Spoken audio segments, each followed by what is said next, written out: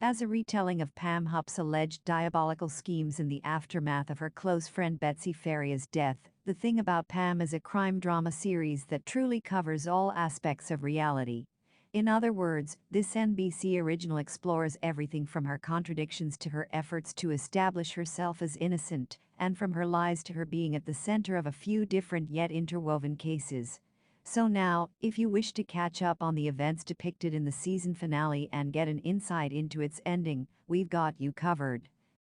The finale, episode 6 of The Thing About Pam, titled She's a Killer, picks up right from the ending of the previous installment to emphasize the way desperation can make people go to extremes. After all, having vowed to get rid of those in her way to divert the negative public, media, and legal attention from herself, Pam Hupp sets her carefully concocted plan into motion. The episode actually opens up with a look into her preparation for the same, which brings not just her deliberate intention, but also her seemingly morbid fascination with crime-based books to light. Once Pam is sure that her family is out of the house and everything else is in place, she poses as Dateline producer Kathy Singer, knowing it would allow her to approach strangers while also affecting the latter's reputation. She then gathers the last few missing pieces before driving around town, planning to lure an unsuspecting individual into her home with an offer of $1,000 to record a 911 call for the NBC show. Carol McAfee, also known as Carol Alford, is the first one she comes across who gets into the vehicle despite having the gut feeling that something is very off. That's why Carol disregards Pam's orders of not carrying any belongings and takes both her phone as well as a knife for protection, while indirectly extracting information before making an excuse to get her to turn around. She actually manages to one-up Pam because she contacts the authorities as soon as she's alone back home to let them know of the strange encounter in complete detail. However, soon after, Pam picks up Louis Gumpenberger, who has mental and physical disabilities, manipulates him into her home, and calls 911 before claiming self-defense to just open fire.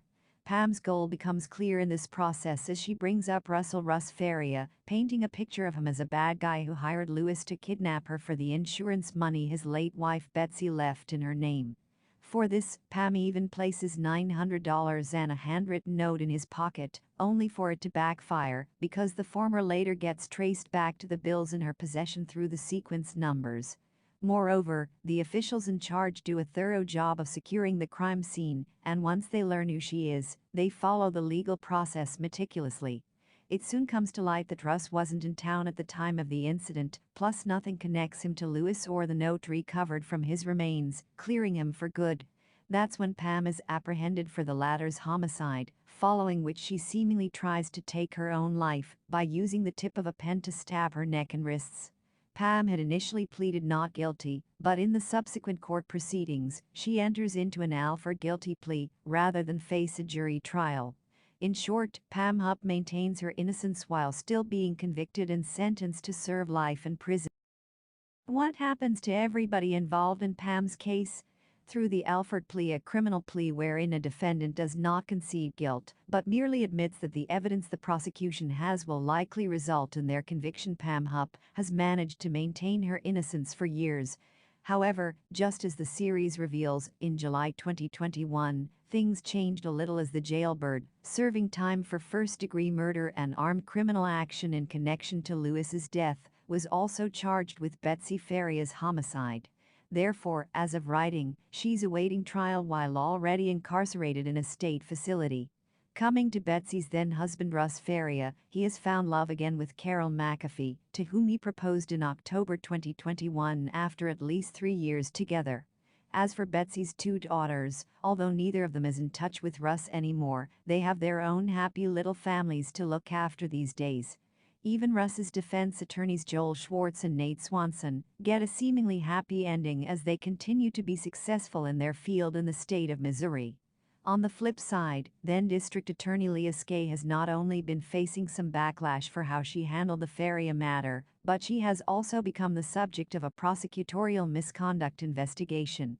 With that said, though, she denies any wrongdoing and continues to stand by her past actions with no regrets. Coming to Pam's loved ones, her husband Mark Hupp filed for divorce in September 2020, describing their marriage as irretrievably broken, and he has since remarried.